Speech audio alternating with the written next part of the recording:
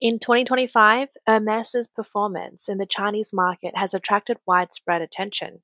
Renowned Chinese entrepreneur Lan Shili recently revealed in a program. 爱马仕暴跌94%。The news of Hermès's 94% crash is shocking to many. Hermès has always been a powerhouse, loaded with cash, never short on sales, and raking in profits. But this year, everything changed. For the first time, the brand's taking a brutal hit. The annual report from Hermès's Chinese agent Peiqi shows net profit plummeting from 367 million yuan to a mere 21 million yuan in 2024, a jaw-dropping 94.2% drop, nearly wiping it out. On top of that, the company slashed its workforce by 20%, cutting staff from 560 to 456. This is the first time Hermès has faced such a steep decline in China, a clear sign of the high-end consumer market's slump. Plenty of people still dream of owning Hermès, but their wallets are empty. When even a brand like Hermès sees such a severe drop, it shows the economy is worsening, and middle to high-income groups are being affected too. As an important agent of Hermès in China, Peiqi is responsible for the distribution and marketing of some of the brand's high-end products, such as the classic Birkin and Kelly bags. Hermès has long been renowned for its supply shortage and symbol of high-end consumption. The strong performance in the Chinese market has seen a bellwether for the global luxury industry. However, the 2025 annual report has revealed unprecedented challenges, raising concerns about China's luxury market and the overall economic environment. Lan Shili's analysis of Hermès and Peiqi sparked widespread discussion among netizens, with many commenting, "Half of the domestic malls are closing, and everyone is struggling to make a living. Who still cares about luxury sales?" You can see from the secondary market that many major Hermès consumers have moved abroad. It's clear how many wealthy people have left. Despite the slowdown in the Chinese market, Hermès continues to outperform its competitors globally. In April, Hermès released its first quarter financial report for 2025. The company's performance fell short of expectations due to the slowdown in demand from the Chinese market, demonstrating that even the most resilient luxury bags cannot fully shield themselves from the economic cooling in China. In the first quarter, Hermès saw strong performance in the Americas market, with an 11% year-over-year increase accounting for nearly 17% of total revenue. All markets showed positive growth, with overall revenue up by 7%, slightly below the market expectation of 8 to 9%, and lower than the 17.6% growth seen in the fourth quarter of the previous year. According to McKinsey data, from 2019 to 2024, the luxury goods industry achieved nearly 3 times the economic profit growth through price hikes. But in 2025, the price increase strategy failed, as Chinese consumers became less receptive to high-priced products. Hermès has been scaling back its stores and channels in China while continuing to expand production capacity abroad. A new leather goods workshop has been established in France. Hermès announced plans to build its 27th leather goods workshop in Colombelles, Normandy, scheduled to open in 2028, specializing in producing Kelly and Constance handbags. Additionally, new workshops will be set up in Loops in 2026 and Charleville-Mézières in 2027, further strengthening the Made in France label. In Southeast Asia and Japan, Hermès is revitalizing its presence. The Taichung Top City flagship store has been renovated and reopened, while the Bangkok store has also welcomed customers with a refreshed look, indicating Hermès's ongoing expansion in other Asian markets. The Japanese market grew by 17% year-over-year, becoming one of the standout performers in Asia. The Americas market continues to grow. In the first quarter of 2025, Hermès saw an 11% year-over-year increase in revenue from the Americas, with strong performance in the US market. The company plans to adjust its prices in response to tariff increases. In addition to Hermès, according to the industry statistics from February 2025, the 6 major luxury brands, Hermès, Chanel, LV, Dior, Gucci, and Prada, collectively closed 14 stores in China. LVMH, the parent company of Louis Vuitton, reported a 3% decline in revenue in the first quarter of 2025. totaling 20.3 billion euros, falling short of expectations. The vice CEO of the French luxury goods company LVMH stated that Chinese consumers have been reducing their travel and spending, suggesting that the decline in luxury goods demand may persist for some time. Bloomberg reported that on May 28th, LVMH vice CEO Stéphane Bianchi told French parliamentarians at a hearing that over the past 3 months, both outbound travel and shopping by Chinese tourists have decreased. LVMH has been warning of weak demand. In the first quarter of 2025, revenues in regions including China fell by 11%. A similar decline was also seen throughout 2024. Bianchi noted that LVMH has also observed a growing interest among Chinese consumers in domestic brands. He stated that due to ongoing tariff uncertainties, it remains unclear when demand in the US will recover. The worst performance was in mainland China. According to LVMH's first quarter financial report, sales in the Asia, excluding Japan market, dropped by 11% year over year. The primary reason for this decline in the region is the weak demand in the Chinese market. Although specific data for the Chinese market was not listed separately in the report, given China's importance in the Asian market, it can be inferred that luxury brands are facing significant challenges in China. Gucci is experiencing its darkest hour. In February, Gucci closed 2 stores in Shanghai, located at the Real Department Store and the New World Daimaru Department Store. As of now, the number of stores in Shanghai has been reduced from 13 to 7. In 2024, Gucci also closed stores in second-tier cities and non-core business districts, including Shenyang Joy City, Dalian Times Square, Taiyuan Wangfujing, and Fuzhou Ocean Crystal. Luxury brand stores typically have long establishment times and high investments, so each store opening and closure is considered a major move for the brand. The reduction in stores is also a reflection of the brand's declining performance. Gucci's parent company, Kering Group, highlighted this crisis in its latest financial report. Gucci's annual sales dropped 23%, directly leading to a 62% plunge in the group's overall profit. In 2025, Kering's other brands, Bottega Veneta, has also closed 4 stores in a row, including locations in Chengdu Taikoo Li, closed on March 16th, Beijing Daxing Airport, March 25th, Taiyuan Wangfujing, March 26th, and Chengdu Tianfu Airport, March 28th. Only core business district stores remain. This marks a strategic pullback in its Chinese market operations. Kering's first quarter revenue in 2025 is expected to decline by 13%, dropping to 3.93 billion euros, with Gucci's revenue expected to fall by 26%.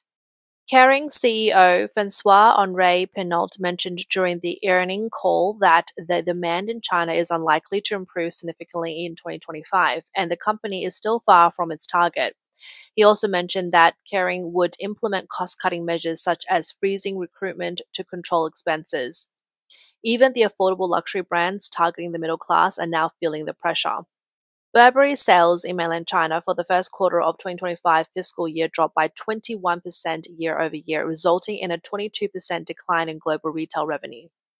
The company has announced the suspension of dividend payouts and a change in CEO, reflecting its heightened awareness of the underperformance in the Chinese market.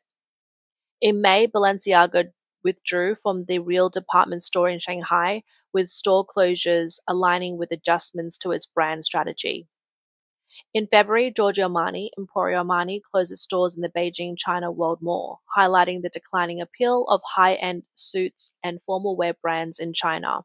While not a traditional luxury brand, Häagen-Dazs, positioned as premium ice cream, has also encountered difficulties. In the first half of 2025, the brand closed nearly 20 stores, and there were reports of plans to sell its Chinese operations. French fashion brand Lanvin has withdrawn from several luxury malls, including the Deji Plaza in Nanjing, the Hangzhou Tower, Beijing SKP, and Chengdu SKP, with the stores in Nanjing Deji opening less than 3 years ago. Lanvin now has only 11 stores remaining in China.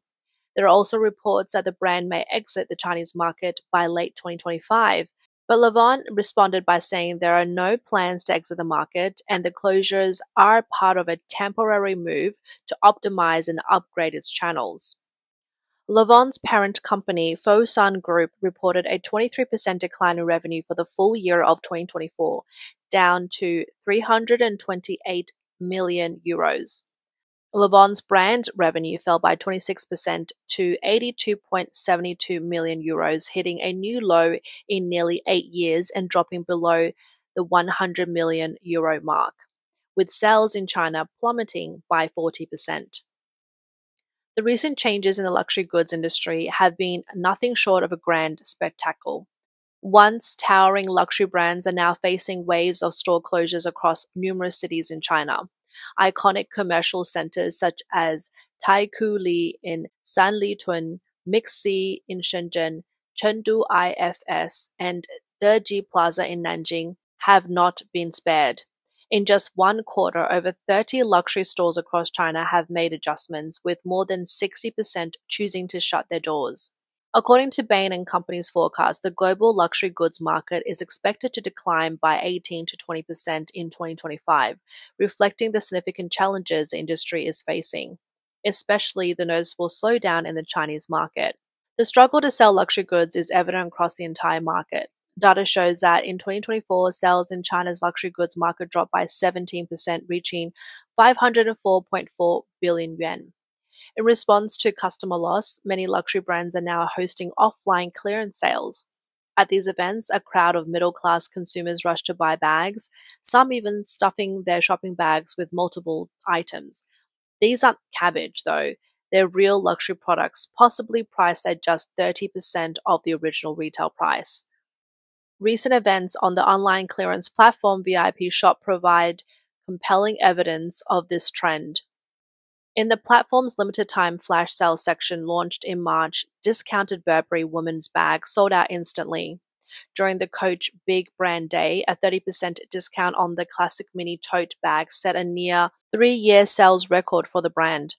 During the 618 Shopping Festival, VIP Shop hosted a special sale featuring brands like Coach, Burberry, Michael Kors, and Kate Spade, offering their lowest prices of the year, sparking a buying frenzy. Now, the secondhand luxury market for all brands is facing a complete collapse. The wave of business closures is hitting on a large scale. The question is, how many businesses can survive this? It's really about the overall market conditions. For secondhand dealers, it's all about buying and selling. Right now, I'm increasingly feeling that buying is becoming very hard. If we offer a low price, customers won't accept it. If we price it too high, it impacts our sales. Selling has become very tough too. You can look over there at our live broadcast room. Even after 8 hours of streaming all day, we barely sell a few bags. Think about how much manpower, resources, and cost are invested in that. It's really tough right now, and the whole market is in a bad state. I also advise fans who were once optimistic about this industry to be cautious when entering because consumers are now very rational. Even if things are cheap, luxury goods aren't a necessity. And many of my friends and clients are going through layoffs, or they're often on their way of being laid off. As people in their 30s and 40s, we have elderly parents and young children to support, so the financial pressure on our family is enormous. This industry will face some tough years ahead. If you're entering the field, do so cautiously. Don't be fooled by how lively things look on camera. Behind it all, it's full of size. We're just trying to figure out how to survive, how to improve sales. The pressure is huge. Let me show you how rough Wuhan's secondhand market is right now. In just 100 meters, 2 shops have shut down. One right here, another over there, not even a sign left. This place was a big deal, run by a heavy-hitting owner who poured 50 million yuan into it in 2023, with rent alone costing 2 million a year. But they couldn't make it work. These days, turning a profit is brutal. An industry insider summarized that the secondhand market has become oversaturated, with too much inventory and supply outpacing demand. Even top-tier brands like Chanel and Hermès are struggling. The situation is just as bad for luxury watches and jewelry. Now, in the midst of a massive clearance sale, there are no buyers. The winter in the luxury goods industry is far from over. The real crisis has never been declining sales, but rather the drastic reduction in consumers. This reveals a harsh reality. The middle class, which once pursued luxury goods, is shrinking rapidly, while the wealthy are immigrating in large numbers. Several reasons why luxury goods are not selling. First, China's economy is facing its most severe moment in decades. Nearly 3 years of zero COVID measures severely damaged the economy. The ongoing China-US trade war has led many strong factories to relocate to Southeast Asia, while small and medium-sized businesses are facing waves of closures. Sectors such as technology, finance, education, real estate, and the internet have experienced multiple rounds of layoffs and salary cuts, leading to fewer jobs. Most people are feeling pessimistic about their job security and future prospects. Second, there's a downgrade in consumption. In 2024, China's total retail sales grew at just 3.5% year over year, far below the pre-pandemic growth rate of 8%. With banks' accounts constantly shrinking, not to mention luxury goods, even buying a cup of Starbucks now requires some thought. Many mid to high-end consumers are turning to more affordable options such as domestic beauty brands and budget clothing. Third, the collapse of China's real estate market and the prolonged slump in the stock market has weakened the wealth effect among high net worth individuals and pushed them to seek overseas asset allocations. Fourth, China's wealthy are undergoing a grand migration. According to a recent report by Henley and Partners, 15,200 high net worth individuals in China have chosen to leave, taking with them over 530 billion yuan in assets. This is the largest migration globally. According to research by the Who-Run report, China now has 4.32 million individuals with investable assets exceeding 10 million yuan. Among them, 63.7% have considered immigration, and 16.2% are in the process or have completed immigration procedures, marking an increase of 15.7 percentage points compared to 2020. From 2008 to 2025, 122,000 Chinese millionaires have completed immigration, taking with them around 3.7 trillion yuan in assets. The hidden flow of wealth, such as offshore trust and overseas property purchases, could exceed 12 trillion yuan, nearly 1/10 of China's GDP. This represents not only the cross-border movement of wealth, but also a deep reflection of confidence in the system, risk expectation, and global strategies. Where are Chinese billionaires immigrating to? The United States, with its world-class education system, has become a favored destination for Chinese immigrants. Its friendly immigration policies provide a convenient path for the wealthy. From investment immigration to skilled worker immigration, various options cater to different needs. The number of Chinese billionaires moving to the US has indeed increased, from 1,500 in 2022 to 3,800 in 2024. Japan has recently become a popular destination for Chinese immigration. In 2024, the number of Chinese people living in Japan reached 820,000, an increase of 60,000 compared to 2023, marking the largest growth in recent years. Japan attracts wealthy Chinese individuals due to its high standard of living, medical care, and safety, with Tokyo, Osaka, Kyoto, and Kobe being the main destinations. In terms of luxury consumption growth, Japan's luxury market grew by 57% in 2024, and Hermès' revenue in Japan increased by 17% year over year, partly driven by the consumption boom among Chinese billionaires. The weakening yen has made Hermès products in Japan relatively cheaper than in China, attracting high net worth individuals to shop in Japan. In the first quarter of 2025, Hermès America's revenue grew by 11% with strong performance in the US market. High net worth individuals investing in or immigrating to the US may also be purchasing Hermès products there. Research shows that some Chinese high net worth individuals purchasing Hermès items may be immigrating to countries like the US or Japan, with Japan's safety and economic advantages drawing more people. In recent years, a trend among wealthy Chinese to immigrate has become one where people leave, assets follow. Whether moving from traditional Beijing courtyard homes to villas in Vancouver's forest, or from Shanghai's Lujiazui to Dubai's Palm Jumeirah, it's not just about buying property, it's about buying a lifestyle. As China's economy further weakens in 2025, the trend of immigration may accelerate. Hermès, with its global presence and value retention, is expected to continue attracting this group of consumers, regardless of where they are located.